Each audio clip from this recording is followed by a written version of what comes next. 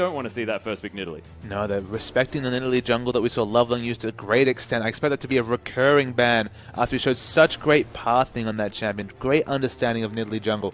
Definitely fits in his playstyle compared to the more passive types like Clearlove and other junglers in the LPL. Yeah, and LeBlanc is going to be the next change up here from King. They don't want to see Cool on that champion. Assassin was bullied to no end, and he just kept getting kill after kill after kill in that mid lane. Cool was just going off. Lissandra going to join the ban list as well as Kassadin. Both of these guys, regular sittings on that bench. And Kalista going to be taken off the board yet again. King really respecting that pick. I feel like in general, Kalista's been a big factor in the LPL. It doesn't feel like it's necessarily resulted in the results you'd see for the respect that pick's given yet. But clearly a lot of these champions, at least in scrims, you'd have to imagine, given all the bans, really prioritizing and respecting that Kalista pick. Oh yeah, and it's going to be the Rek'Sai ban yet again coming through from OMG. They did ban it both times, so probably just don't want to play against it, but we've seen it work out very, very well regardless of the fact that she's been nerfed just a little bit, in conjunction with Lulu especially. Fantastic for those double knockups, but King going to pick up Janna, who slipped through the ban phase. There's quite a lot of champions that have slipped through because we've seen adaptation bans going here. We haven't seen many LeBlanc bans tonight. Still, of course, a fairly often recurring ban. The adaptation Kalista ban has started to free up some champions. Of course, Gnar still available, has seen quite a few nerfs by this 5.2 patch. The nerfs do add up. It's not quite the immovable force in top lane he once was, but still a very potent team fighter. Jarvan's been largely untouched, so LoveLing moving back onto the meta picks with the Jarvan here would make a bit of sense. Yeah. And Jarvan available. Lee Sin also still available here. MLXG not going to be targeted on that champion just yet.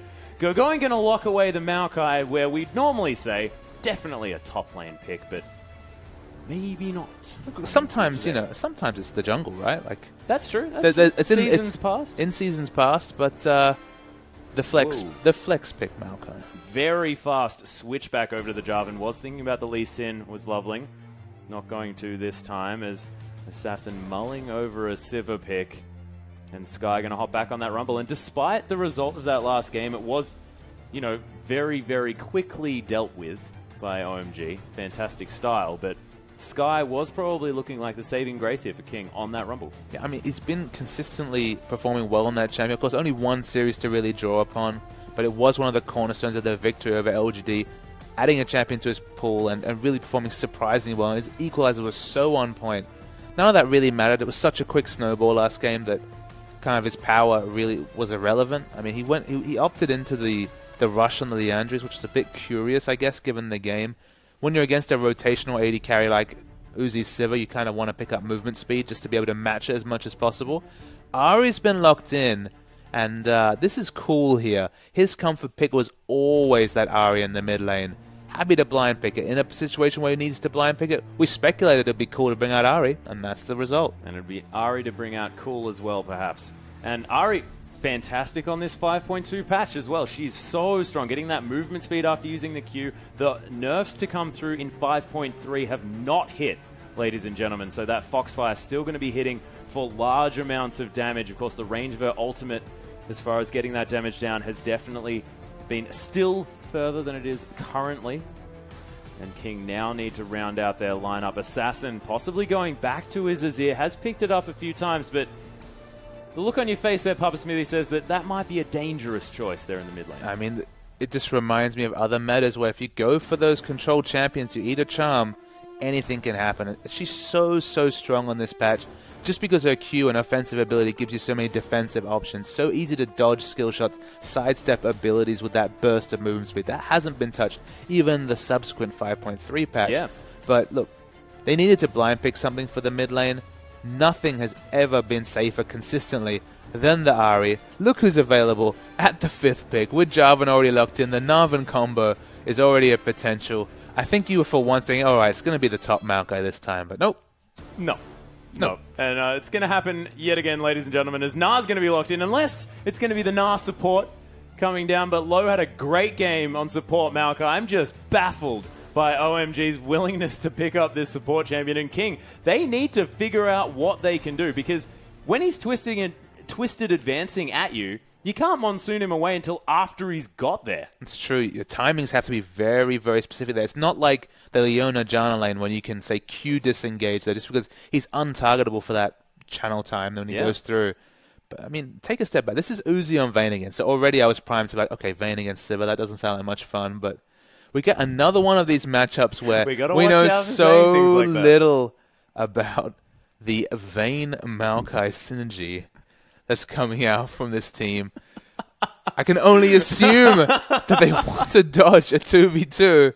But, I mean, OMG are going to do whatever they want. Let's be real here. Yeah, they are. They most certainly are. And they were trying to go for a 2v1 matchup. That's one thing that we need to remember is the fact that OMG moved to that top side. King spotted it out, opted in for that 2v2 and got a little bit wrecked up there on the top side of the map, irrespective. But this time, they may decide to go for that 2v1. This might be part of their strategy in utilizing this Maokai, which they didn't manage to do in the last one because they didn't have to, of course.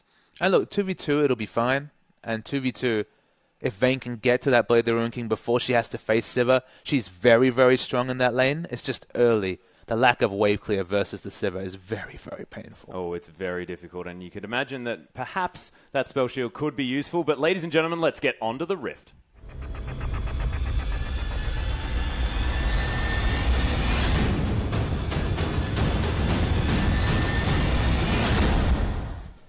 Welcome back, ladies and gentlemen, to the Chinese LPL. King taking on OMG for our final match of the night. OMG already up one game, and that first one was done in decisive fashion.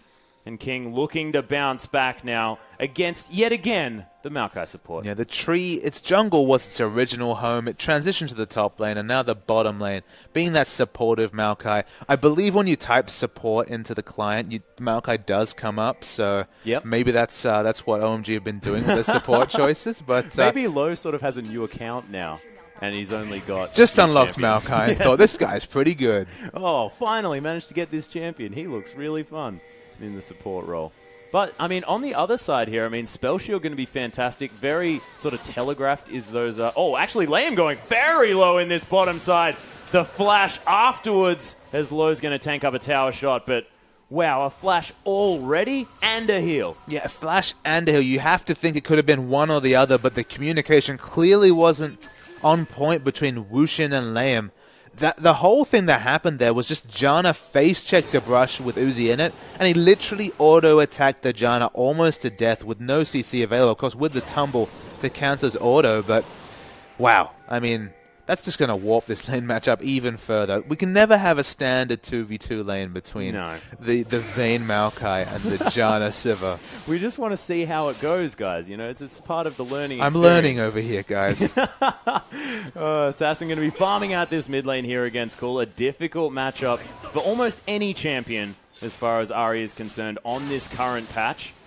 Orbit Deception going to be walked out of the way off here by Assassin. But Assassin is a great Azir player, and we'll see what he can make of this particular matchup. Low using that Relic Shield, healing himself, and Uzi up there just a little bit here in this bottom side. But so far, King still hanging out here. Actually a CS advantage in favor of OMG, and they're pushing King back. Yeah, they're able to get the push on. I guess you have to assume that King have to play from the behind just because they're behind two summoners in a 2v2 situation, so they're being corralled out, and that's why this lane matchup, again, standard is not a word I want to use, but hitting level 2 first is a massive boost against a Sivir lane. Oh yeah, and it's a massive boost for Maokai as well. He wants that Arcane Smash, he wants the Twisted Advance in order to get him in amongst it. And we'll see. Of course, this is going to be fantastic for OMG if King push out this lane, because it gives LoveLing an opportunity to come in, but he doesn't need it as Low just going to Twisted Advance straight on top of Wuxx, and Uzi taking so much damage in response, finds himself in the brush, and he's going to be okay, but the trading power of Sivir is still working out here in this lane. And the lane matchups, the bot lane accepted, are definitely in OMG's favor. You'd always take Gnar over Rumble just because he has the ranged auto attack and can really harass him in lane. I'd take Ahri over the Azir in mid lane, although it's a pretty close matchup. Azir has so much zone control, and Ahri has that short to medium range that Azir does have options. But from level 6 onwards, it'll change, and LoveLing's going in. Yeah, LoveLing is in the mid lane. If we're going to have a look at it, there it is. Assassin going so low, and he's just going to die. The flash still available. Had to use the heal, but not wanting to waste a summoner.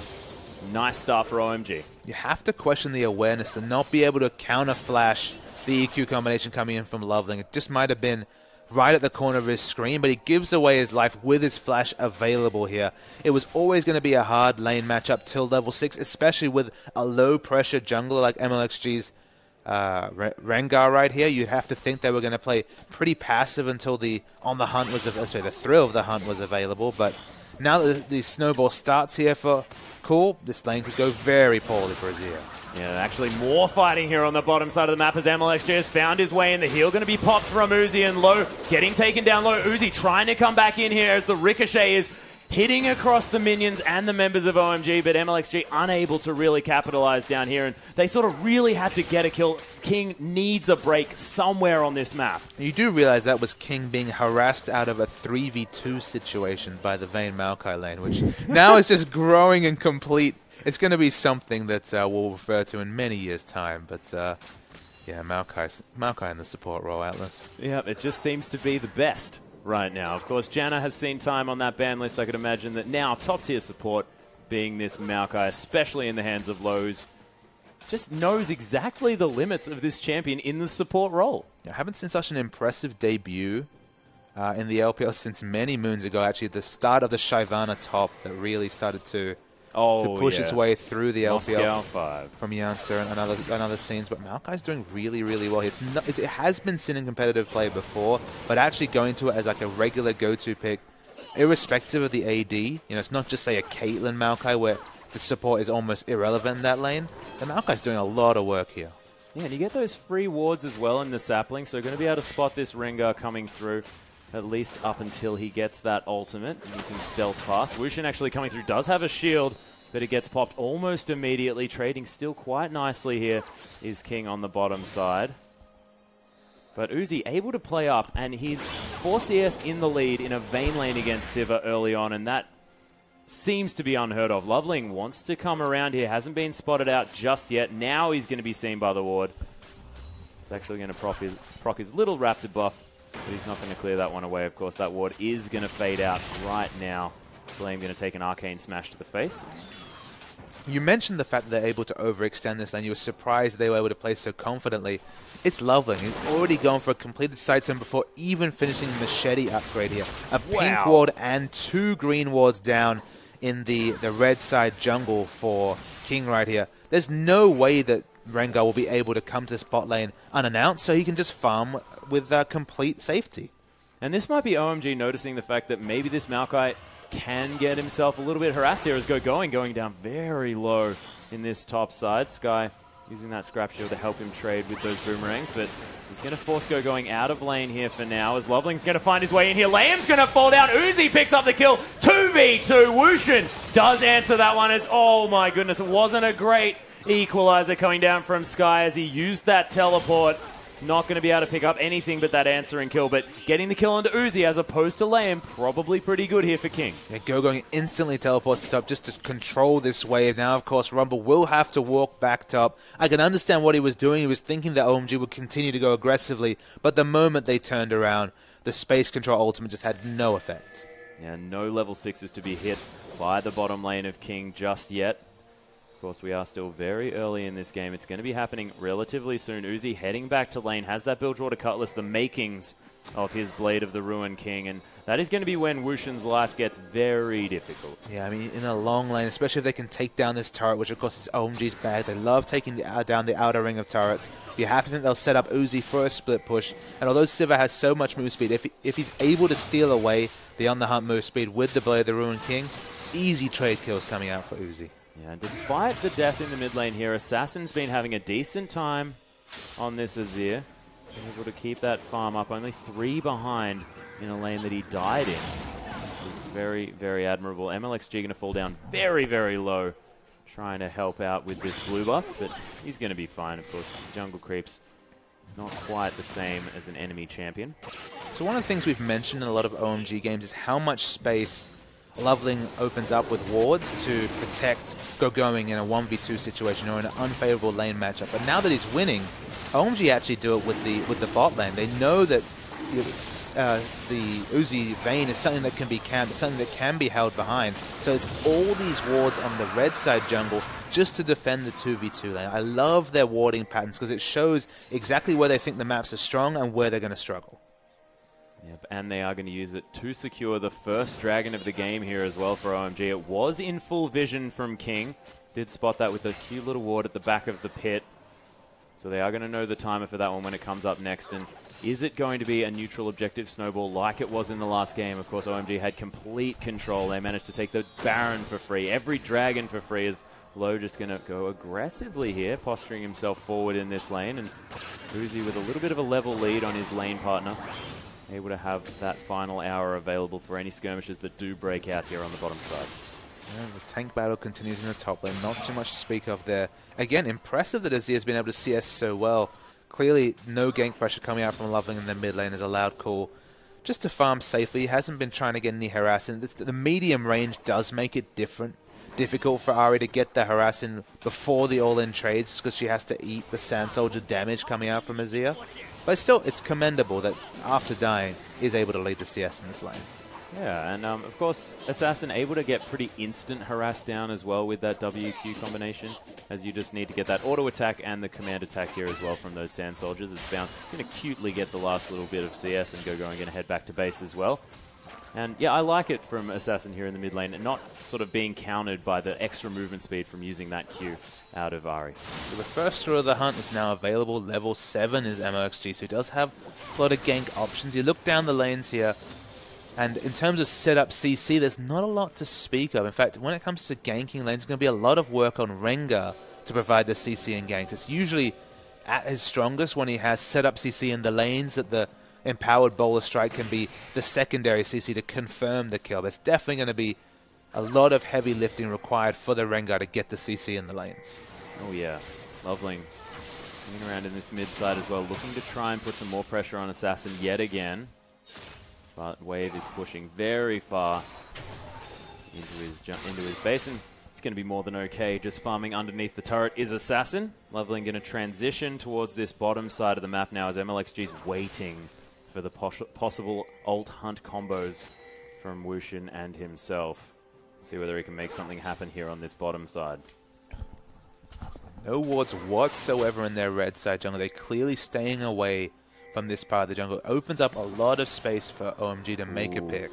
Thrill of the Hunt has been popped here. MLXG looking for that empowered bowler. They do have the exclamation mark. Low getting taken down very far, very quickly. Ventral Maelstrom really helping him out as far as staying alive. He's going to try and pop it for some extra damage. Final hour has been popped here as gogoing's found his way in amongst the fight. Gets slowed down by that bowler, and the boulder going to find Wuxx here as well. The flash into the wallop. Oh, and the Gnar. It gets whiffed as Wuxx with a fantastic spell shield stopped the beginnings of that stun.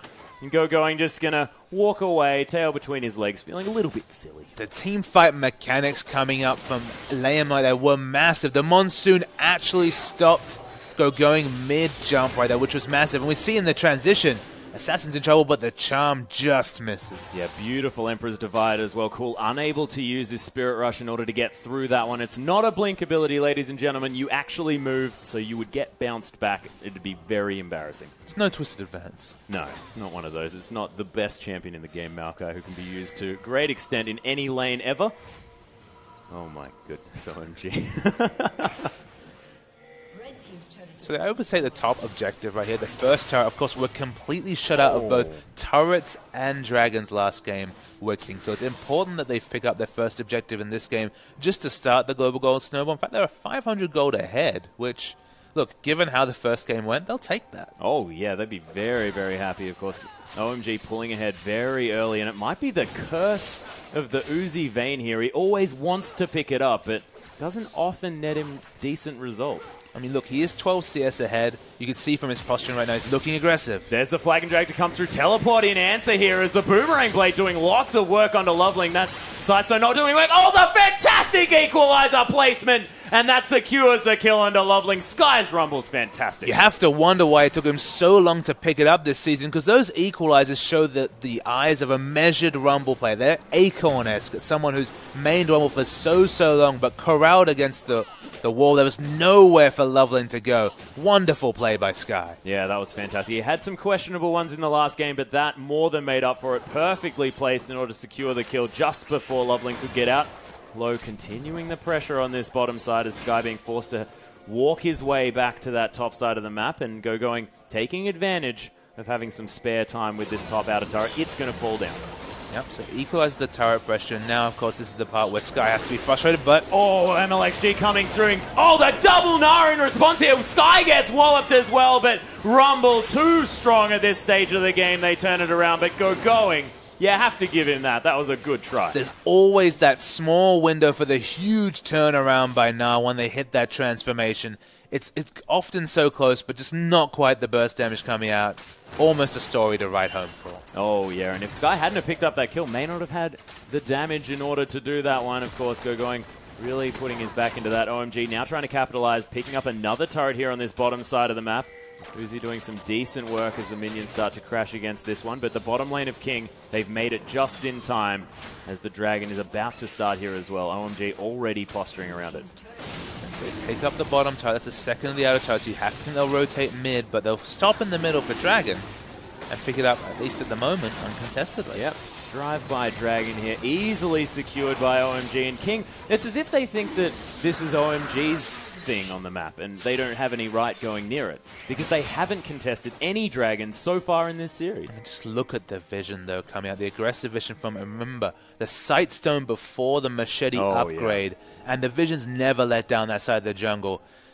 Uzi's been having trouble split pushing because there were situations where the game had snowballed away from OMG early and this never was the safe vision to be able to go for that 1v1. But Blade of the Rune can complete it at 14 minutes or so. Now split pushing with just an unbelievable amount of safe vision. No one can touch this Vayne in a split push. Oh no, especially not with the Maokai at her back as well. Able to protect this Vayne from anything with these twisted advances. And that Vengeful Maelstrom, fantastic, because that's sort of a flat damage reduction that you don't need items for. Of course, Maokai doesn't necessarily need that many items to be useful. So, I don't know, I'm liking this support Maokai pick more and more the more I think about it. Yeah, it doesn't quite have the mana pool to go for the long 15-second ultimates right there. Can't keep the ult running, but smart timing, you know, smart decisions always a cornerstone of Riot balancing, but smart usage of that ultimate. He'll have just the flavor of a tanky frontline Maokai from the top lane, but on a budget. Yeah, it's true. But King far further in this game than they were at this stage last time. I think it was inhibitors falling down at the 16-minute mark in game one, so King definitely holding on this time around, and you have to think that with Skye having his eye in on these equalizers as well as Assassin's Azir farming out very well. Now has a 12 CS advantage in that mid lane. Things are looking far better. Abyssal Scepter going to be the second item choice here from Cool. I like that one. Has to be Spirit Rushing in aggressively in order to get his damage down. So he's going to be in range for that item and gives him a lot of protection against the double AP. And surprisingly, OMG, despite having 3 ranged auto attackers, have pretty poor siege. Of course, Vayne, fairly short range, has average range, but just isn't the greatest turret pusher. She's a wonderful split pusher. That's why we see her in the bot lane right here. Azir has excellent wave clear. There's a reason why we see Xerath versus Azir matchups almost every game with like 30-minute, 35-minute turrets falling. Just because he has such wonderful wave clear. And although Ahri is decent at taking turrets, she just can't outpush this Azir. Yeah, and gogoing just going to wander out of lane here, and King are just a little bit annoyed at the movements of this Gnar, who's about to transform back here as well. But Gnar, the double Gnar yet again, gets the wallop this time as he crushes his way out. Oh my gosh. Okay, so we were complimenting Skye on his equalizers before. You can't melt down a mountain, man. It's not going to work out, and gogoing escapes with his life. Yeah, that was a slightly questionable equalizer right there. Flag and Dragon to find MLXG here as the Empowered Bowler does miss. He's going to be forced to flash out of the way of that Cataclysm as gogoing has found his way around here yet again. Cool's here as well. Such huge damage, and Spirit Rushes in the way for his Orb of Deception to pick up the kill. Beautiful Ahri play. Yeah, I mean, not even able to take down this turret in mid just because he pushed out the wave just in time to roam. And OMG, they do this so often. They have wonderful rotations of movement. Assassin has the Sting, so he actually does a lot of damage to the mid turret, but he's going to have to make very quick evasive maneuvers after he picks it up. Yep, the Ahri is going to do some work helping him out on that one. Nice use of the WEQ combo to get himself the most distance over that wall as he possibly can. And again, Skye going for a very fast Leandries. Does have the Sorcerer's Shoes now as well. And we'll have that arm guard built up very, very shortly. And when he gets that Zhonya's, you have to think that this Rumble is going to be a force to be reckoned with, but he has to get his eye in for these equalizers. He's had the most polarizing equalizers I've experienced thus far. Some of them completely genius, others leaving a little bit to be desired. High highs and low lows. It was a little bit like that. Is the charm actually going to land here? Emperor's Divide not going to find Cool. And his ultimate just came back off cooldown here as well. I mean, the counter flash right there would be a big area of exploitation on an Ahri in previous patches, but of course, with the Q changes so maneuverable anyway that between the ultimate and the Q, so many defensive options available for Ahri on this patch, and the damage, still huge. Oh, it's most definitely huge. Hasn't even gone back to base yet as LeyM. He's picked up a Magi's. This guy is more than happy just to chill back on his Janna and has a lot of faith in his team being able to pick himself up some assists as well. OMG continuing to clear vision and now grouping. They do this. They dictate exactly when the laning phase ends and they move around as a team and take down these objectives. You can see right now, Assassin has to do everything that he can to get rid of these creeps. As MLXG, he's actually popped the ultimate here. He's looking for prey. He's going to find Gogoing, but he, of course, has that Banshee's Veil. The blue steel's going to come through. Cool's going to pick that one up and throw the hunt down, and nothing really gained here from King. They just lose a blue buff. No, they thought he would get the engagement on a single target, but when he saw the people picking up blue, he realized they had to back away. Lower pops his ult. They might go in. He's actually flash boosted advanced on top of MLXG here. It's a decent equalizer. King going to take low down very, very quickly, but MLXG falls to Uzi, who's tumbling around the back of this fight. Assassin now in with a lot of damage as LeyM going to use that Monsoon to split up the battle. Skye comes in as well. LeyM picks up a kill. That Magi starting to stack up as Skye in a lot of trouble. The last Silver Bolts proc to come through, but it's actually going to be the flash from LoveLing to secure the kill. Here is Gogoing. He manages to pick up a kill on the backside, and Assassin, he kills Uzi just before falling down, and LeyM is just going to rocket out of this fight. A long, unorganized fight right there, fought on many different sides of the map. Janna stacking up the Magi, so paying off that purchase there for sure, but a lot more even than we thought, just given how the game's been going. And LeyM is so incredibly fast, he's going to spot out LoveLing heading back towards his base. Even manages to get a Q down there as well. I mean, and there's the Howling Gale. Is he going for the 1v1? Oh, the last auto attack, not quite enough. And LeyM going for the power play on Janna. He deserved better, Atlas. He did. That was brilliant. I want to have a look at the... I think that LoveLing will be typing in chat exactly how much gold. So we watched the fight here. Of course, the difference with Loa being the support map is he dies instantly at the start of the fight with all the space control. Lucian is really well corralled, but lives for so long because Uzi can't afford to overcommit, having used his flash and being at very, very low health. Skye in the front line will die in a very slow fashion right here. Actually blows the flash from LoveLing. He miscalculates his damage. But the fight's still being fought on the other side just because Gogoing is massive already on this now. Chases down Assassin, gets the Traco at the last second with Uzi, but it's just even across the board.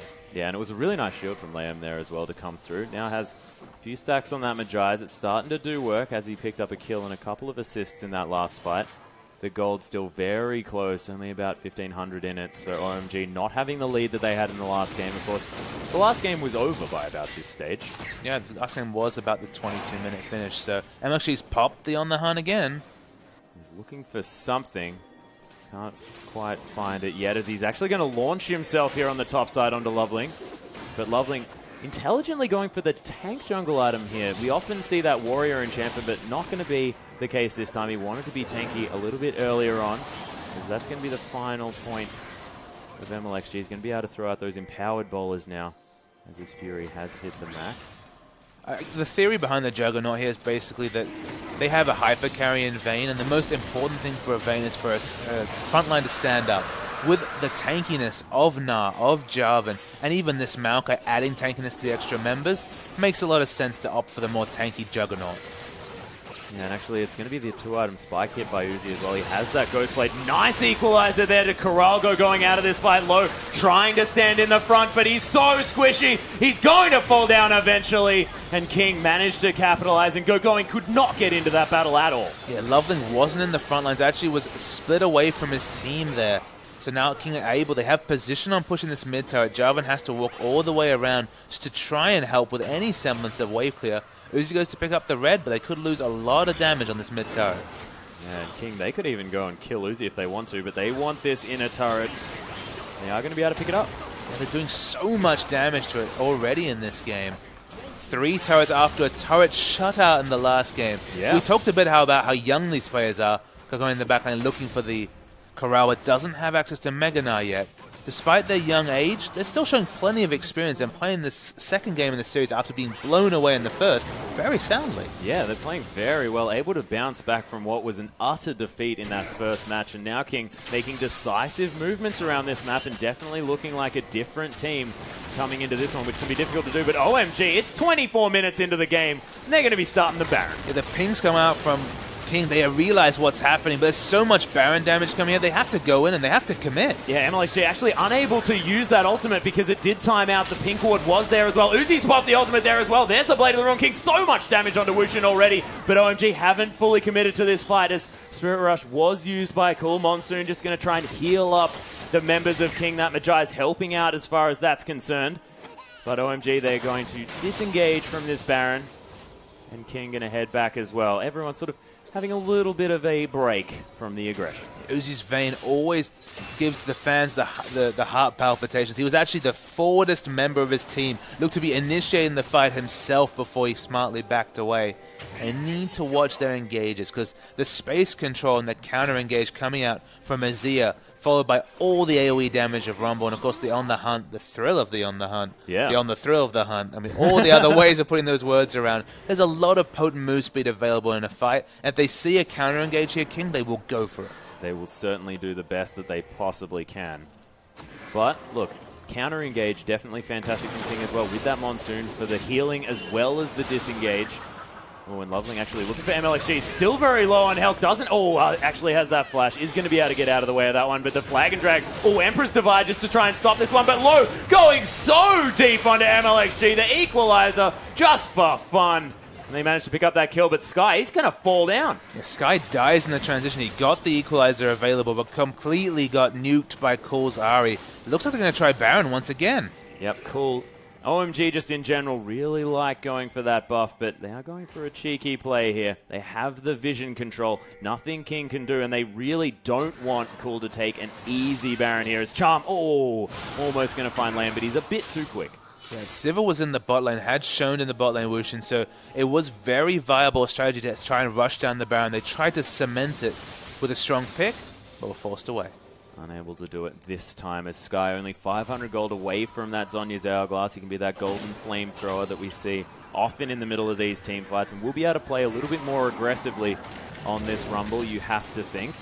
As gogoing, starting to build up some tanky items. Of course, does have that Banshee's Veil, but looking for that Randuin's, looking to be able to get in the face of Wuxx and not really care about what he does to him.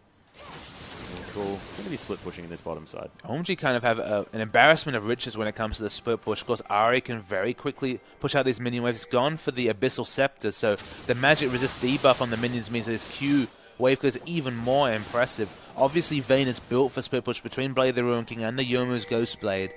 But it's going to be the cool split push. It's got more instant wave clear. Of course, he pushes the wave that much faster, so it makes sense for him to initiate the split push. Yep, and Skye, he's going to walk to this inner turret. Of course, doesn't want to give away that teleport advantage, which he has. But cool, look at how much damage he does with all the ability power he has, now transitioning into tower damage. And that inner turret's going to go down. Successful split push from Cool, and OMG are just putting King on the ropes and making sure that they're playing OMG's game. But for a team on the ropes to only be 700 gold behind, despite the global gold being in the advantage of OMG, tells you how smartly King have played this game. They've CS'd super well across the lanes. They've played this game very, very well. They just have to watch their engages. Specifically, MLXG has been a bit too trigger happy on the thrill of the hunt, and they haven't got the lockdown they'd expect. Now, Uzi going to take away this Scuttle Crab as well and reassert dominance around this Baron area. OMG want to make sure that that is theirs for the taking when they do manage to get the team fight that they want. King, however, more than happy just to scale up in this game. And as far as the late game, there's a lot of fantastic forces on both sides of the Rift as far as that late game power is concerned. I'm looking at the likes of Azir here as well as, you know, Janna for her teamfight utility.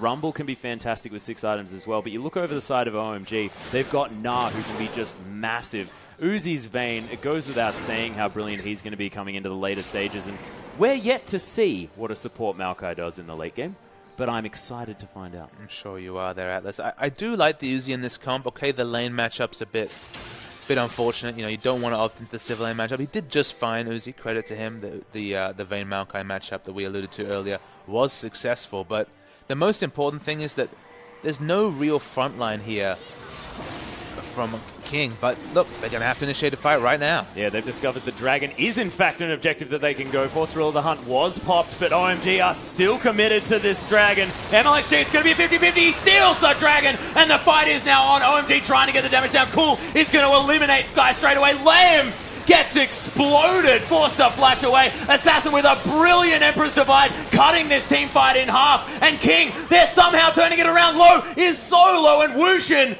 managing to get the damage. Uzi's dead. Cool, the last man standing with the damage, and gogoing on the run. King, we've talked about the fact that their team fighting's brilliant. Hadn't seen it just yet in this series, and Wuxx just going to dive the turret for the final kill for King. The space control and disengage both Assassin and LeyM could provide the team was the difference between a one-team fight for OMG and the loss they suffered. And Uzi's Vayne, the team fights just don't work out for this Vayne. We haven't seen the split push come out, but in the team fights, dying to all the AoE incidental damage coming out from King. Hopefully we'll see a replay to track it, but it was a long fight, but the disengage really paid dividends for King. Yeah, and Assassin's Azir play was so beautiful in that fight as well. He managed to use that Emperor's Divide just to make sure that OMG couldn't have their way with... just complimenting Assassin while he dies. He used his gap close to get into the brush for the back.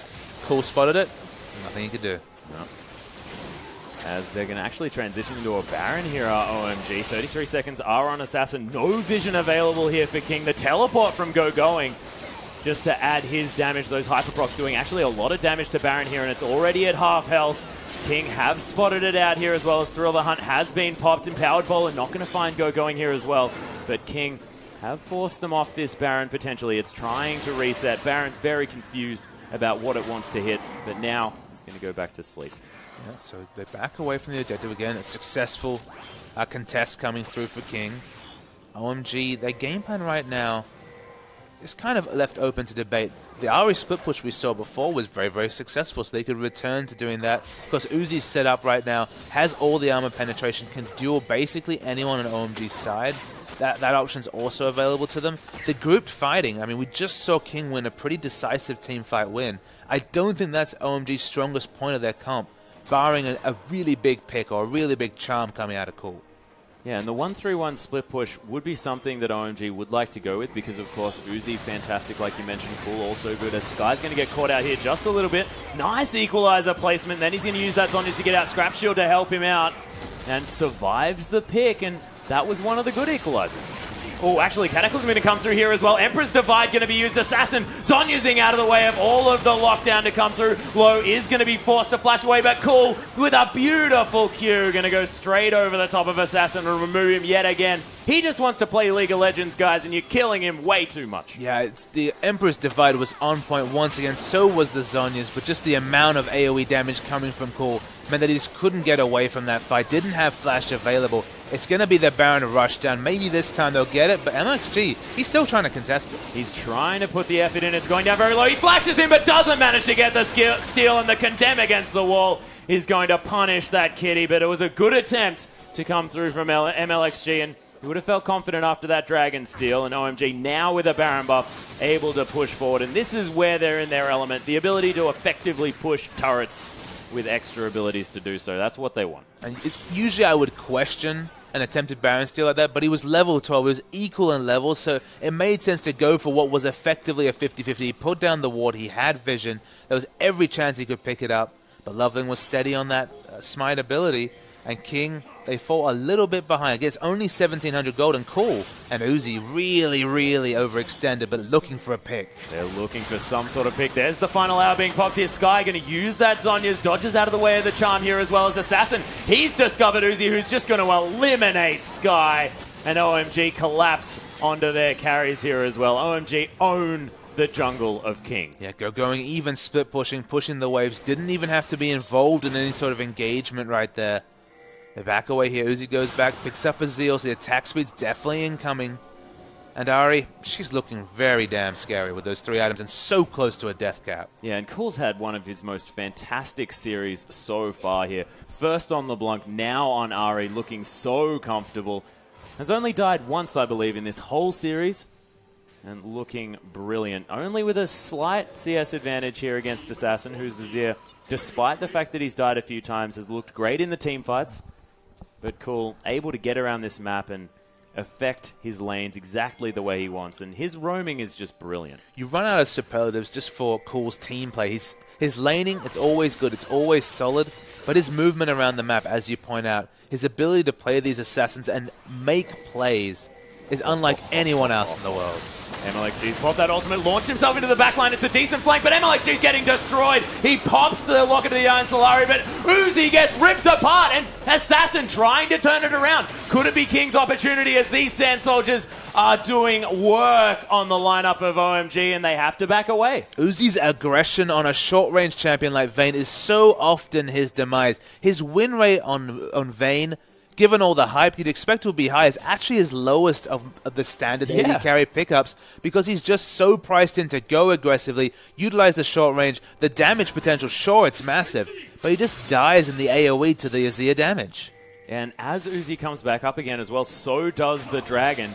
Not going to have their AD carry for that potential fight as MLXG had gone back to base, picked up full health here as well, and going for that Randuin as quickly as possible. LeyM going to get the wards down here as well, put as many as he can, so just spamming wards, just wants to press ward buttons, loves that stuff.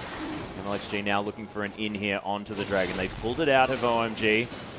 So we'll see whether MLXG is going to get his eye back in here as well. Assassins here. A lot of AoE potential from King. And now Wuxx and Skye. The equalizer's available. 2,000 health on the Dragon. Are they going to pull the trigger? King, they need to move now. He steals it yet again. And LoveLing starts up the fight. The equalizer's right in the backside. And Uzi's trapped. He can't get any damage down. And King trying to deal with gogoing now is Cool. He singled out Skye. Uses a really nice Zhonya's, but he's going to fall down. 2 members for none. And OMG somehow turn around that fight, but lose the Dragon. Yeah, King did such a good job splitting threats that you thought they might take the team fight win there, but Cool was doing so much damage, he basically functions as a secondary AD carry. LoveLing goes in too far, has to flash away, but King keep eating a couple of small deaths at the start of a fight, and it's swinging these fights towards OMG. Yeah, and it's what happens when you don't have the massive tankiness of the likes of gogoing on this Gnar. LoveLing building up so much health, and MLXG and Skye, they can't be that front line that King really need here, because Assassin, if he's in the backline, if he's able to do damage unhindered,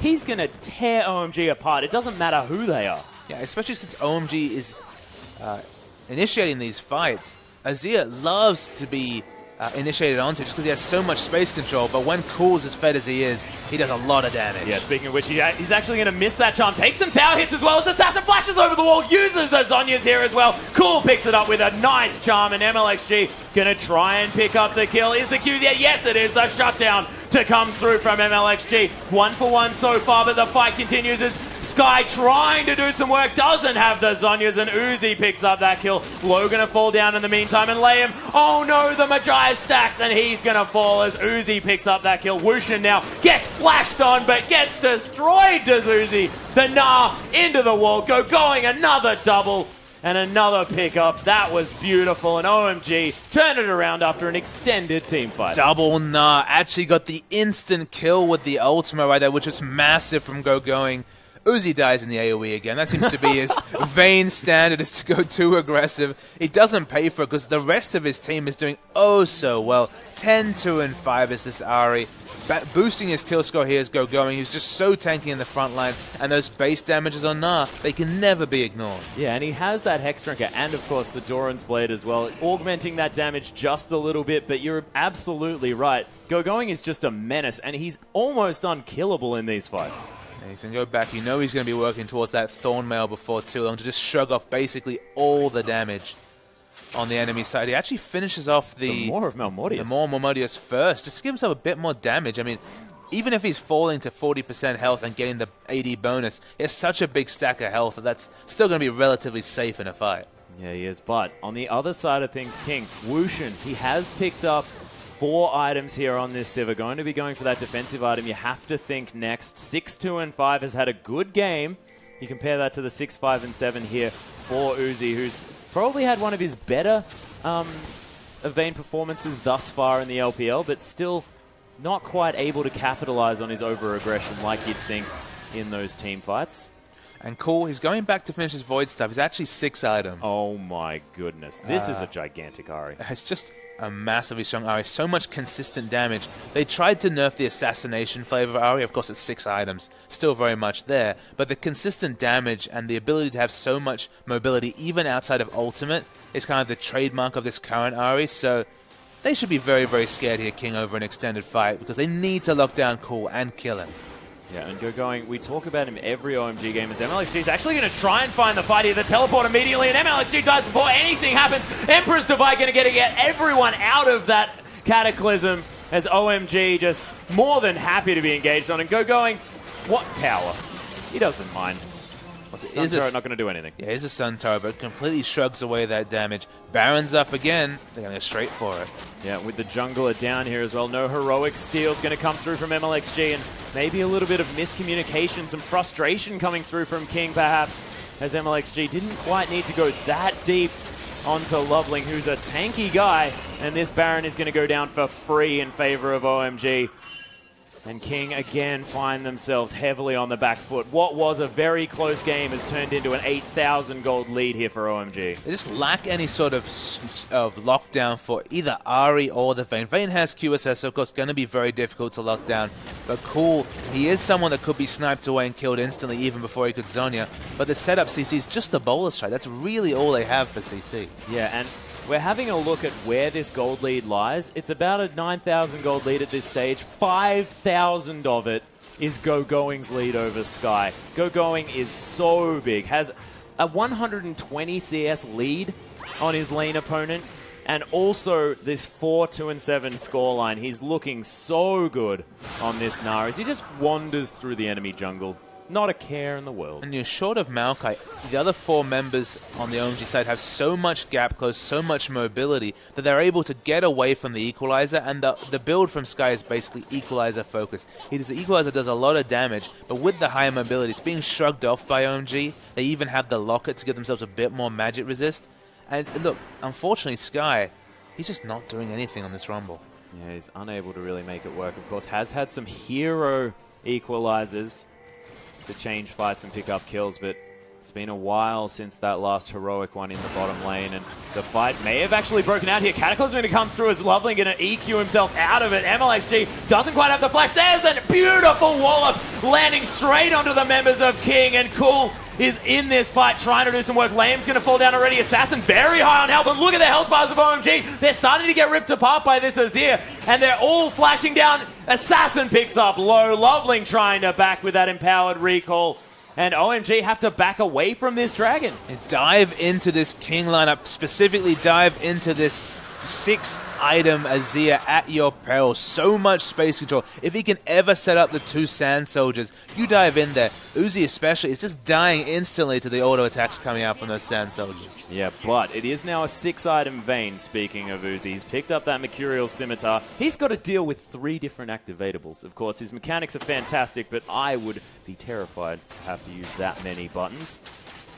In terms of dragons, 3 dragons for OMG, 3 dragons, actually 3 each. You don't see this very often in competitive play. Yeah. Usually the dragons will snowball in one direction or the other, but that kind of lets you know how close this game is. It's taken a long time for this now 10,000 gold lead to come into the game, but the carries aren't under fun. That's the big thing here. Okay, there's a massive advantage in the top lane, but Rumble theoretically can do comparable amounts of impact in a team fight to gogoing if he gets the perfect equalizer. Of course, those haven't been coming, and there's a lot of mobility on King's side, but apart from that gold lead, very comparable across the other members.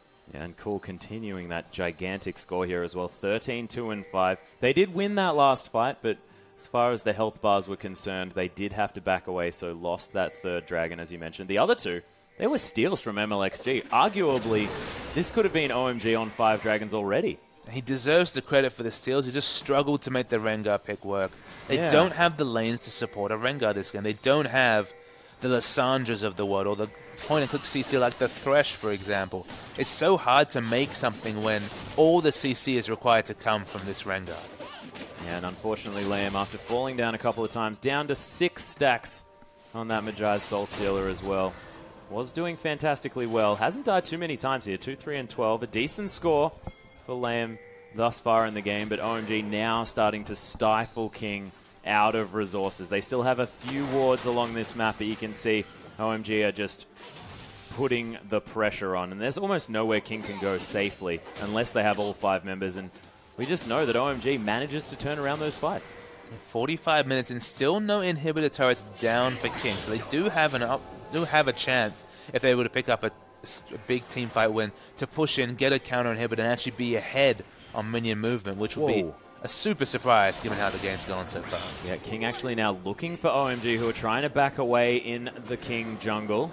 Gogoing might be caught out here just a little bit. Sapling going to stop this one from coming through. Thrill of the Hunt was utilized. Not going to find the bowler though. King going to have to back away from this one, but it was a good attempt to try and start something. And King need to be making assertive moves, otherwise they're just going to slowly lose this game.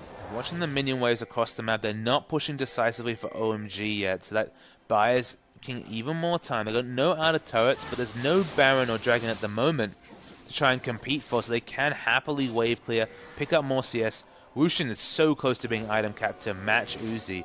And look, the AoE coming out of the Sivir, given how Vayne's been dying to AoE herself, she might actually be putting out more damage in these fights. Yeah, it's terrifying. But the one thing I gasped about before we had King try and start something there on the top side of the map was Gogoing went back and sold a Doran's Blade and picked up a Warmogs.